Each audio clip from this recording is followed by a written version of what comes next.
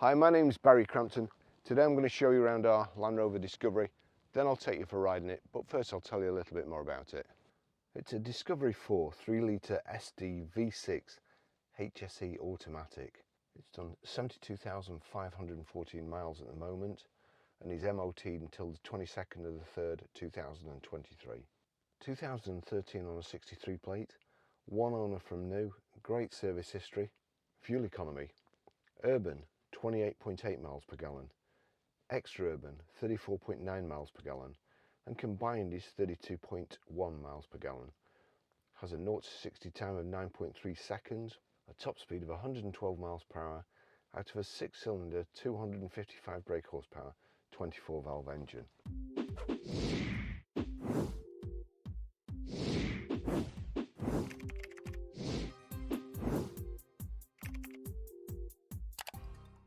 So,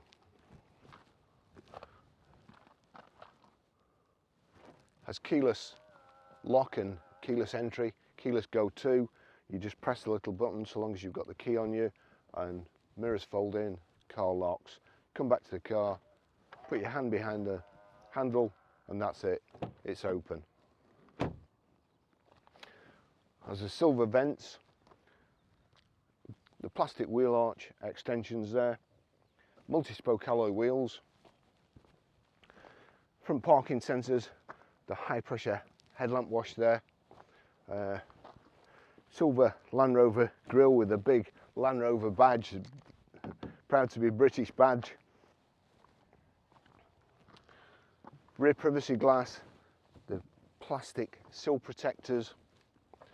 Oh, it's also got the 3 sunroofs. The front one is tilt and slide, and the second and third over it's a 7-seater, one over the second row of seats and one over the third row of seats.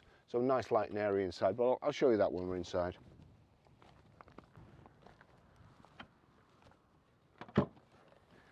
Has electric boot release and the split rear tailgate comes in really handy. It's cut away at this side so you can reach in further. Having said that, you can't reach into that corner there, but the third row back seats come up. They're easy enough to do. 2 catches, fold up, pull the headrests up, nip round the front and put the seat squabs down. Nice flat load area, and plenty of it too. We've got the roller blind load cover too, so pretty good design there. Just there, that's your reversing camera, and then you've also got reversing sensors in the rear bumper too.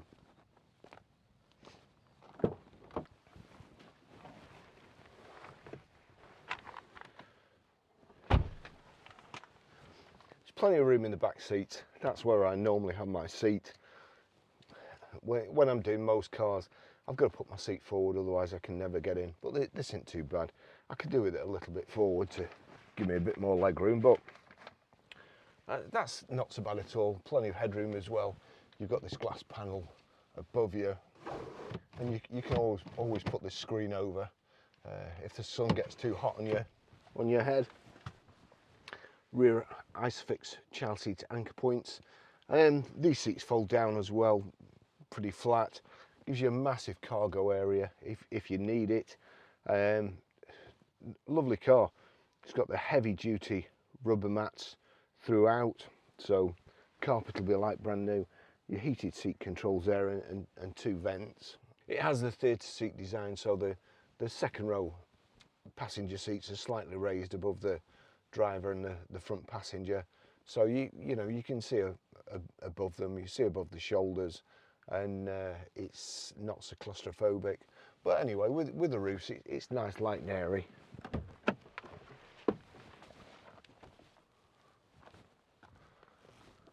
I'll just take you for a ride.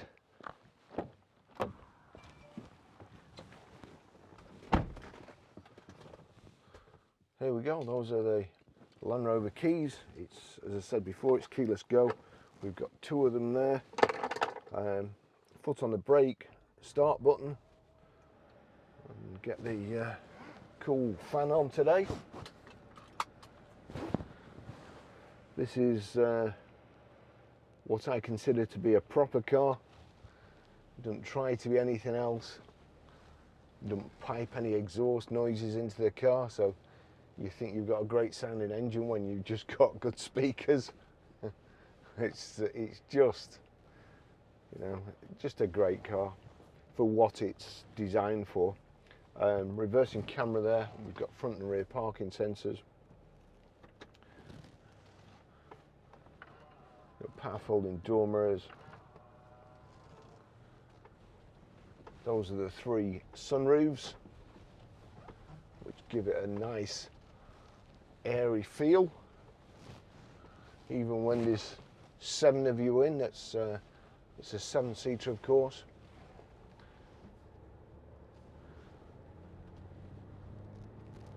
And just so much better in surroundings like this, to be fair. Suspension's great.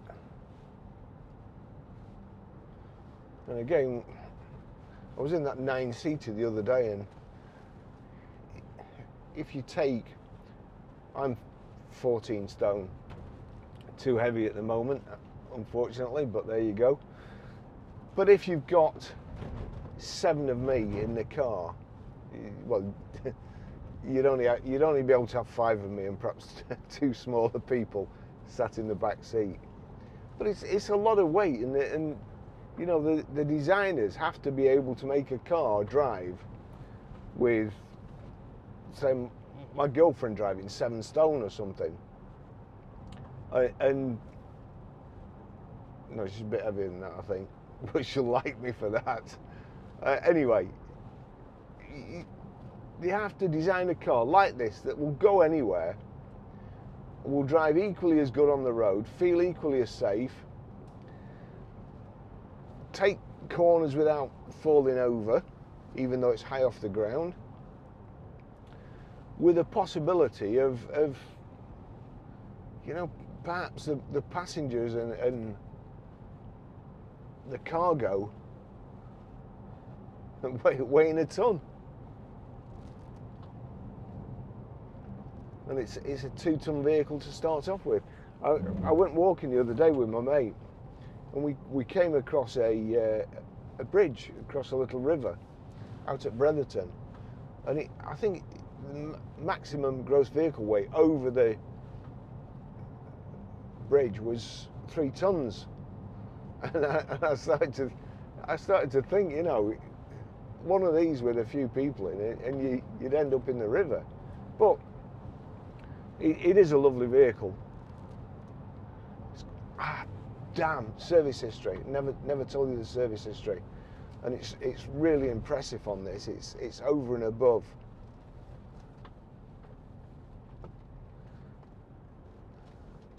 Need to find somewhere to pull up and tell you. I don't know. Forget my head if it was loose. So anyway, the first thing I noticed with this is steering wheel's a bit off kilter. I think it's the tyre pressures.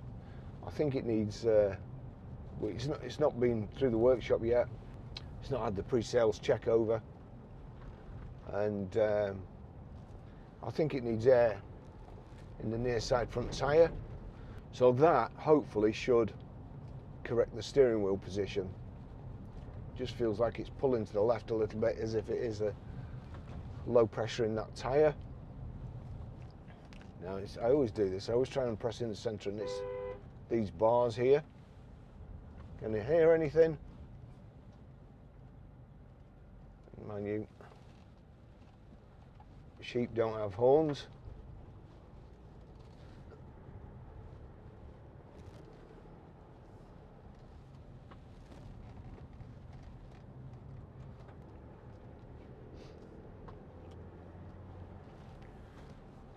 We've got the rotary control here, the gear selector. If I just press it down and knock it over, that puts it in sport.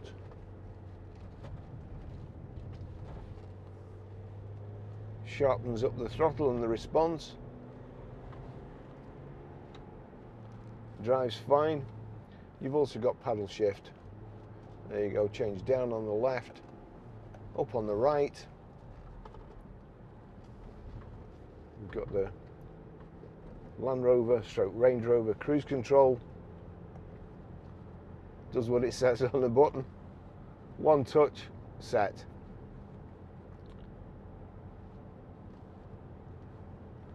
And then you can increase your speed using that button or decrease using the bottom one.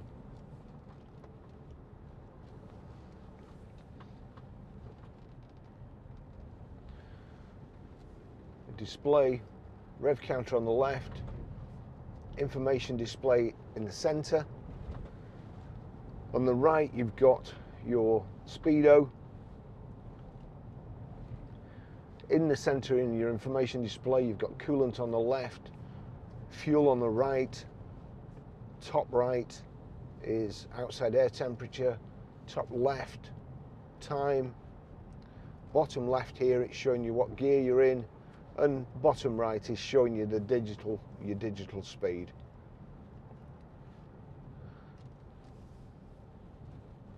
If I click in the end of the indicator, let's just see, that's giving me the mileage, the date. Click again, trip A, average speed, average fuel consumption, distance left before you need to fill it,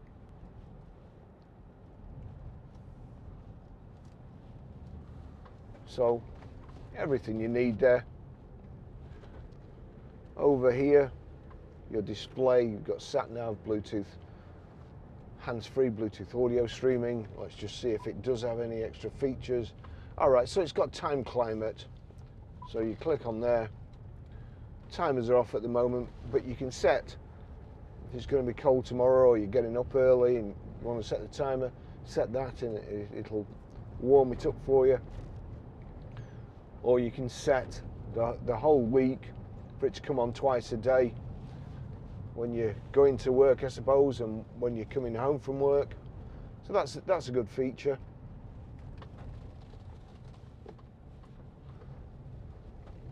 But just the way they drive, they just recently had a customer who had one of these. They bought a nearly new Mitsubishi, which is a lovely car to drive, but and it was a lady, it was the lady's car, the wife's car, and she just didn't like the Mitsubishi. Didn't have the same feel, the same presence. She didn't feel as safe on the road, and I've got to say, with one of these round you do feel safe. It's a great design. No, I look at these other big four-wheel drives and they just can't seem to get close. They're just not they're not what they pretend to be, like most people.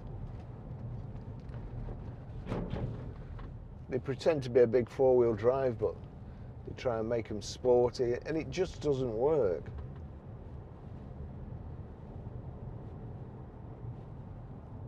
You got your terrain response here. I've still forgotten. Swamp, minefield, Christmas, Mexico.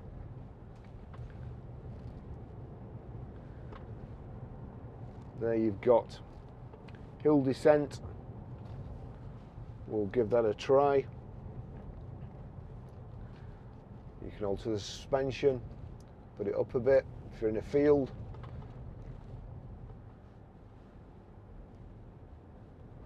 You just love that. The seats are great. The seats are fantastic. Electric controls, 3-position memory seat. You set the seat and your mirrors and your steering wheel where you want, and then click memory 1. Oh, no, that was memory 3. Memory 1, and that's it. It's in that position. Whoever drove this before,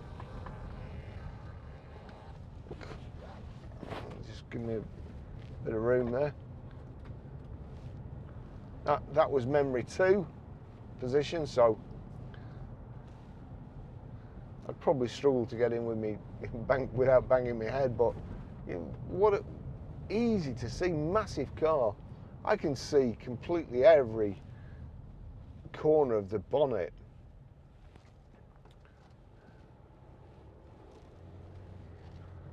And so we'll go back to my position 1. You see the mirrors change there.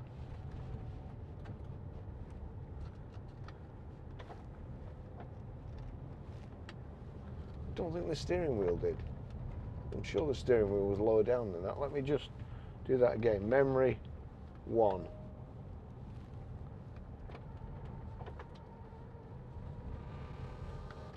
I'll just change the steering wheel, then go back. There we go. So the steering wheel went back, the mirrors change, and it's really good. Especially if there's a couple of you driving the car. There's nothing worse than trying to get your seat back to just how you like it. You can never do it when somebody else has been in the car, but you've no excuses with this, unless of course they override your position 1. So we've got a headlamp wash, alloy wheels, all in good condition all around. I should have pulled up back there. I must tell you the service history.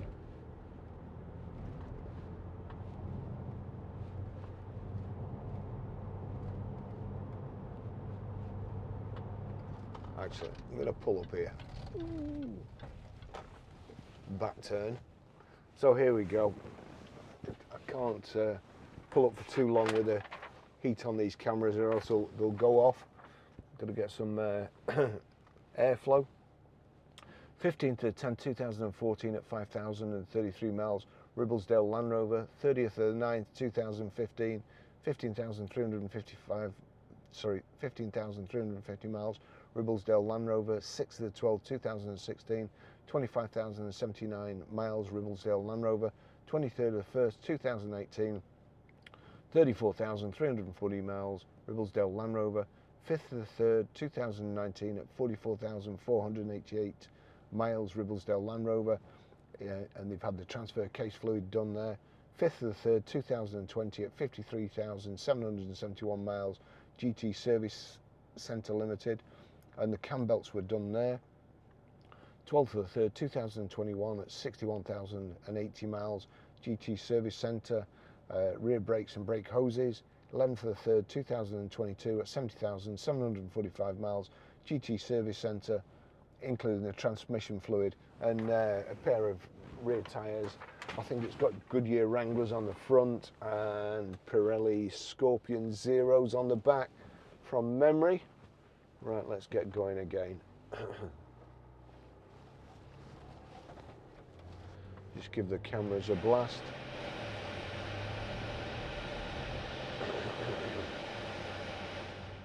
Which reminds me, you've got front and rear heated seats. You've also got heated windscreen, which is should be standard on all cars in my opinion. Especially the people that you see driving around with a letterbox in the snow on the windscreen. Those people should be made to buy one. We'll let this guy go past.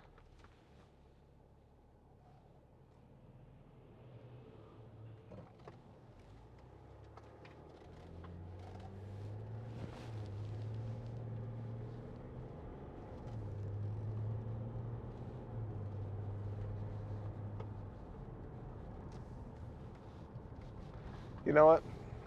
I'm coming. Well, I should be retired now, but I'm coming up to retirement age, and I never expected to live this long, to be fair. So, worrying about a pension and my future, it never entered into it up to now.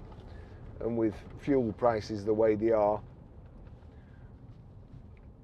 I normally drive a Range Rover. Or one of these. If we know Range Rovers in, then I'd have one of these. I don't need the 7 seats, and I like the styling of the Sport, the Range Rover Sport.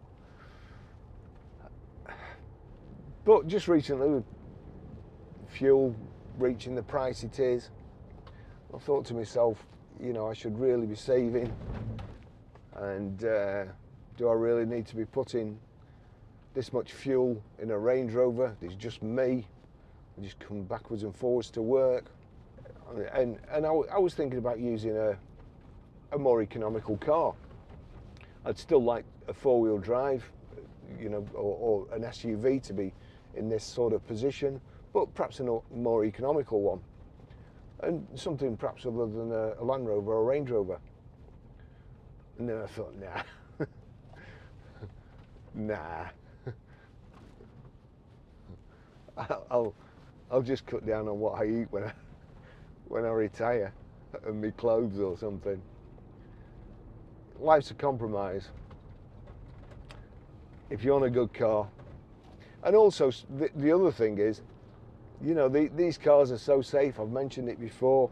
We've had a couple of people in. The lady that bought the Range Rover from America, her Range Rover that she left, she bought an identical one off me.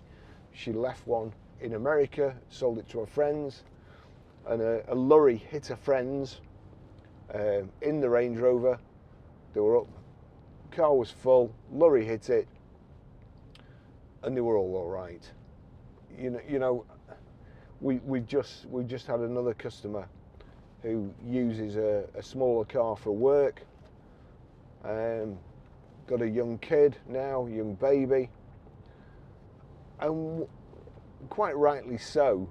I mean, in the old days, quite a lot of people. When I was younger, you know, if you got a Volvo estate in, you'd always get a young guy in, and he'd be dying to tell you that his wife was pregnant and they were going to have a family, and he was changing his sports car, and he was looking at a Volvo estate because that's the thing that a family had to have, keep your family safe. And you don't get that so much these days. But as I say, this car, and somebody left a comment, because I was saying about how I feel differently when I've got a Range Rover up the drive, honestly, or one of these. I'm fine, because I know whatever, because I'm also like a shit magnet, and you know, things go wrong around me.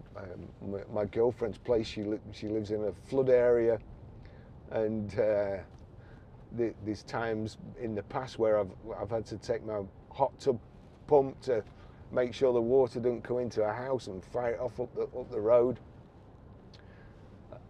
And you know, in one of these, it doesn't matter that it's flooded where you're going.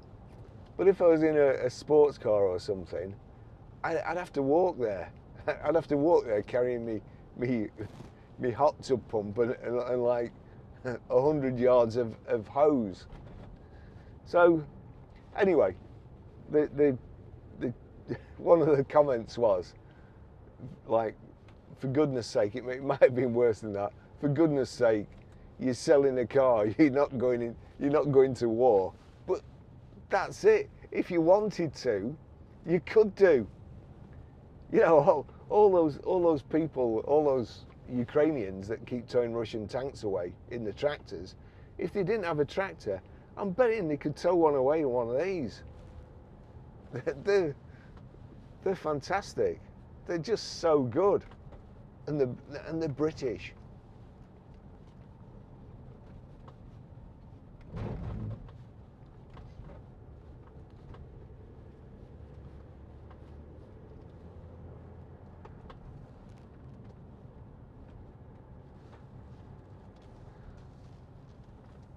So versatile.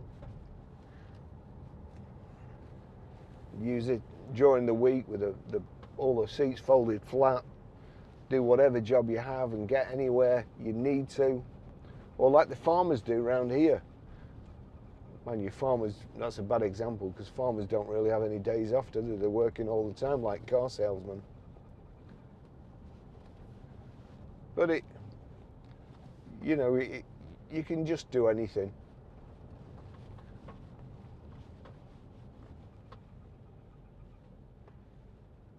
Well, let's get out before this lorry.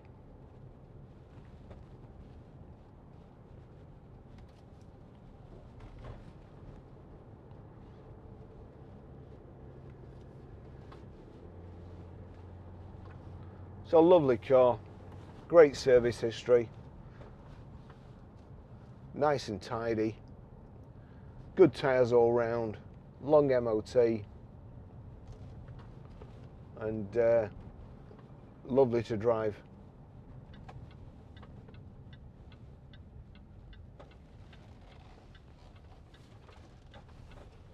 That's a nice thing.